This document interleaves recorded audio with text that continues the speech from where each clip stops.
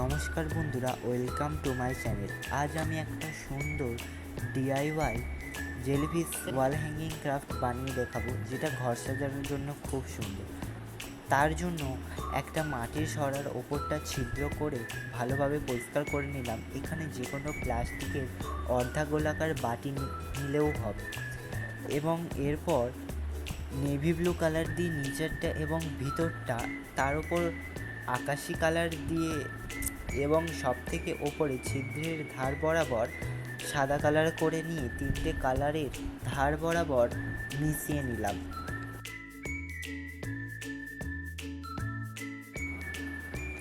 এরপর কিছুটা হালকা কালার দিয়ে নিচের দিকটা ডট দিলাম এবং কিছুটা ডিপ কালার দিয়ে ওপরের দিকটা ডট ডট দিয়ে দিলাম।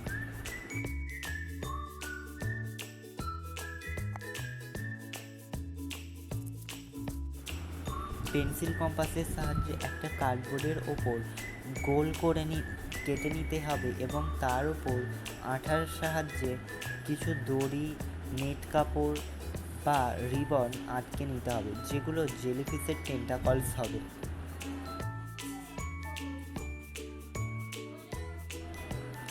জেলিফিশটাকে ঝোলানোর জন্য একটা সুতোতে কার্ডবোর্ড আটকে সেটাকে মাটির সরার ওপরের ছিদ্রটার মধ্যে থেকে বার করে নিলাম, এবং যাতে সুতোটা বারবার খুলে না যায় তার জন্য মোল্ডেড ক্লে দিয়ে সেটাকে আটকে নিলাম এবং জেলিফিশের চোখ ও মুখ তৈরি করে নিলাম।